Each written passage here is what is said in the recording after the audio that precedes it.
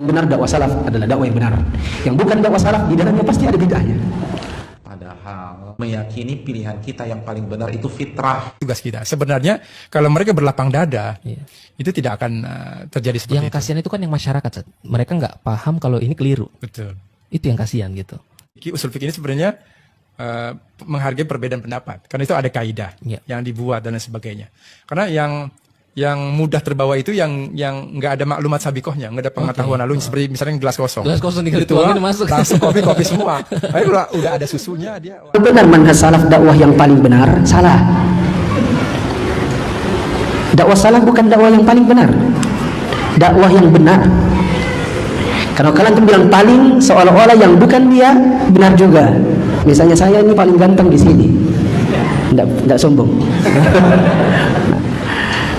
Kalau ada yang saya bilang saya yang paling ganteng, berarti ada beberapa yang lainnya juga ganteng. Yang benar dakwah salaf adalah dakwah yang benar. Yang bukan dakwah salaf di dalamnya pasti ada bid'ahnya. Maka itu kata-kata, apakah benar dakwah salaf itu dakwah yang paling benar? Salah. Yang benar dakwah salaf dakwah yang benar. Inti liberal adalah teori relativisme. Itu artinya tidak ada kebenaran absolut. Kebenaran itu relatif. Makanya Anda jangan merasa paling benar dan jangan merasa pilihan Anda yang paling benar. Padahal meyakini pilihan kita yang paling benar itu fitrah. Meyakini pilihan kita yang paling benar itu fitrah. Nggak ada masalah. Makanya dulu waktu antum ujian PPKN, permintaannya apa? Pilihlah jawaban yang paling benar. Ada anak mereka Dan pesantrennya makin banyak. dan pesantren makin banyak, alumni Saudi makin banyak. Itu menjadi jamur, benalu yang menyebar bagaikan habis hujan di pagi hari, tumbuh di mana-mana. Ini membahayakan. Ini tugas kita. Sebenarnya kalau mereka berlapang dada, itu tidak akan terjadi seperti Yang itu. kasihan itu kan yang masyarakat, Seth. Mereka nggak paham kalau ini keliru. Betul. Itu yang kasihan gitu. Ada nggak? Maksudnya Ustadz pernah nggak terjun langsung gitu ya, menyadarkan orang atau memberikan pencerahan gitu? Banyak. Jadi banyak.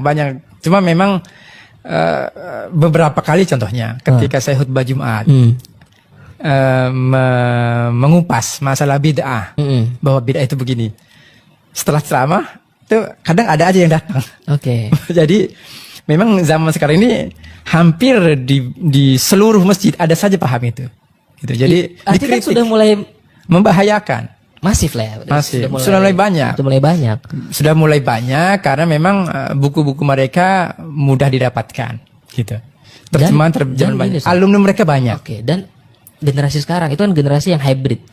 Mereka mendapatkan informasi itu enggak dari satu channel.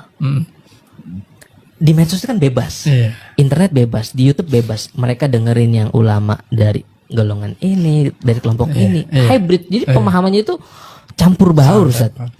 Yang tidak punya pegangan. Iya, nggak punya pegangan. Itu pasti terbawa. Anak-anak muda kan nggak semuanya pesantren. Apalagi generasi Indonesia ini kan mayoritas anak muda, generasi milenial, generasi sentennial, Gen Z gitu. Mereka nih apa ya? Rapuh, nggak punya pegangan. Gimana, Ustaz? Sebenarnya kalau mereka alumni pesantren yang mempelajari usul fiqh gitu, sebenarnya dia lebih terbuka untuk menghargai sebetulnya.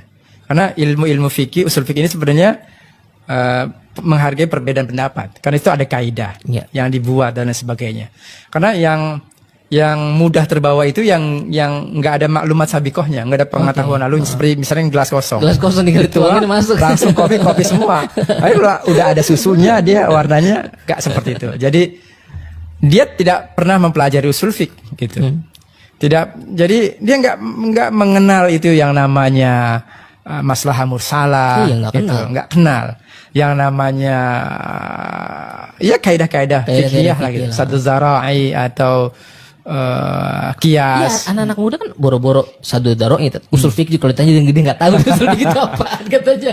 Dan mereka ya karena mereka hybrid, jadi dapat informasi apa aja dari siapa aja, dari kelompok mana apa. Bebas, jadi campur baur, Ustaz. Bahayanya di situ. Nah, itu memang tugas berat kita. Karena mereka, ya ustaz mereka tidak menyadari diri mereka itu menjadi sumber pertikaian, nggak menyadari sama sekali. Mereka menganggap itu kebenaran. Jadi titik temunya, silahkan yakini apa yang dianggap benar, tapi jangan tuding orang. Nah, jangan menuding orang. Karena ketika menuding, orang akan merasa dipersalahkan itu kan ketika dituding. berarti kan dikatakan Anda ahli neraka. Kan nggak ada yang orang dibilang ahli neraka. Misalnya ketika orang tahlilan, wah Anda ini ahli bid'ah, ahli neraka. Kok saya menjalankan agama ahli neraka? Nah, harusnya ini tahlilan. Silakan. Gitu kan. Tapi saya nggak ikut. Orang yang puluhan tahun kafir baca la ilaha illallah muslim. Ini orang tahlilan. Musyrik, kafir. Logikanya kan nggak ini ya. Nggak masuk. Itulah bahayanya. Sebenarnya memang Nabi kalau kita lihat ke hadis-hadis Nabi itu puluhan hadis sudah jelas. Nabi mengatakan bahwa fitnah itu min nahiyatil masyriq, dari arah timur kota Madinah. Jadi ketika Nabi di rumah Siti Aisyah bilang min hahuna, dari sini gitu. Nah, hadis ramalan. Iya, nah hadis prediksi Nabi. Nubuah. Karena mereka nggak setuju kalau dibilang prediksi gitu. Karena Nabi meramalkan, nggak setuju mereka. Jadi kita bilang nubuah. Karena kan hahuna kan dekat. Kenapa Nabi nggak bilang min hahunaka? Hunaka kan jauh, tapi min hahuna dekat. Dari sini Nabi menujunya ke arah timur. Karena Madinah timurnya itu dataran Najd.